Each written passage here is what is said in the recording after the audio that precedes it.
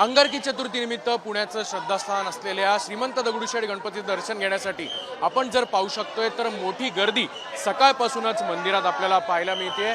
सुंदर अशी आरास, फुलांची आरास जी आहे ती मंदिरात सजवलेली आहे आणि सकाळी अगदी पहाटे 3 वाजल्यापासून आपण जर पाहिलं तर भाविकांसाठी मंदिर जे आहे ते खुलं करण्यात आलं होतं। अंगारकी चतुर्थीला एक वेगळं महत्त्व आहे, त्यामुळे आपण जर पाहिलं तर फक्त पुणेच नाही तर जिल्ह्यातले असेल, राज्यातले अनेक भाविक, अनेक श्रद्धाळू जे आहेत ते गणपती बाप्पाचं दर्शन घेण्यासाठी येत असतात। आपण जर पाहिलं तर गुरुजी, नेमकं अंगारकी चतुर्थी म्हणजे काय आणि याचं महत्त्व वेगळं काय? अंगारिका चतुर्थी म्हणजे या ठिकाणी मंगळवारी येणारी चतुर्थी जी आहे ती अंगारिका चतुर्थी आहे।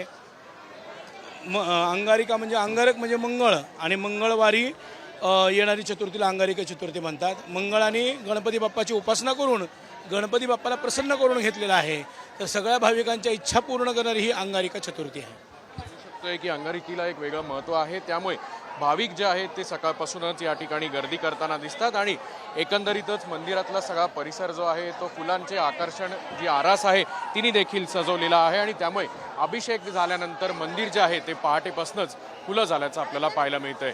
कॅमेरामन सुमित भोसलेसह अक्षय बडवे, साम टीव्ही न्यूज, पुणे।